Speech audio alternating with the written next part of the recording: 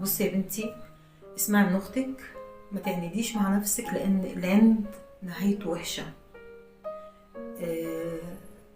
شغلي دماغك واقفلي قلبك سيكه صغيره. بصي لعيوبه كويس قوي، ما بقولكيش كل ما هتلاقي عيب هتهربي، لا، مفيش حد كامل، لا انت كامله ولا هو كامل، كلنا فينا عيوب واخطاء. بس في عيوب تقدري تتأقلمي معاها وتقدري تشكلي حياتك على اساسها، وفي عيوب تانية مش هينفع تتأقلمي معاها.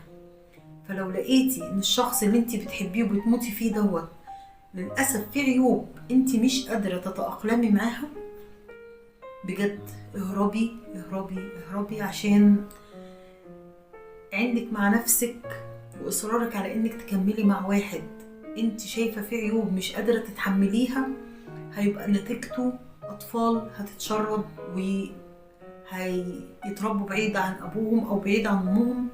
فحرام، من الاول حطوا لنفسكم حدود، من الاول حافظي على كرامتك، من الاول لو لقيتيه بيتخطى حدوده معاكي في اهانه للكرامه او زياده في النكد او زياده في التقفيل على تحركاتك، لا اما تواجهيه وتحاول ان انت تشوفي هيقدر يصلح من العيوب دي ولا لا. بس لو لقيتيه مش قادر ونفس العيوب ثابته وانت مش قادره تتأقلمي معاها، ابعدي.